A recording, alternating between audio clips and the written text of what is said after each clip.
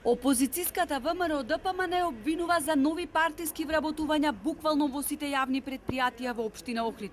Крајно несериозен и скандалозен е ваквиот однос на локалната власт преку општината како основач на предпријатијата да се реализираат околу 70 административни вработувања, дополнително и унапредување на работни позиции во одредени предпријатија.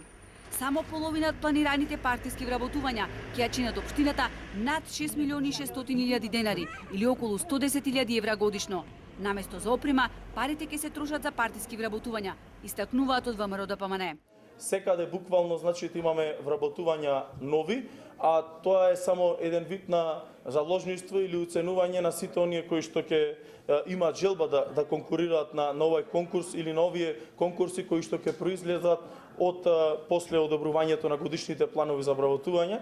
А при тоа ќе напоменам дека локалните власти дефинитивно се свесни во каков период нас ни следува, односно локалните избори, и не знам зошто е токму ова брзање, односно што би било ако не партиско полнење на институциите, поточно јавните предпријатија во општина Охрид. ВД градоначалникот пак тврди дека станувало збор за веќе реализирани вработувања со договори и оти за дел од нив токму сега се создали услови тие работни места да се трансформираат во редовен работен однос.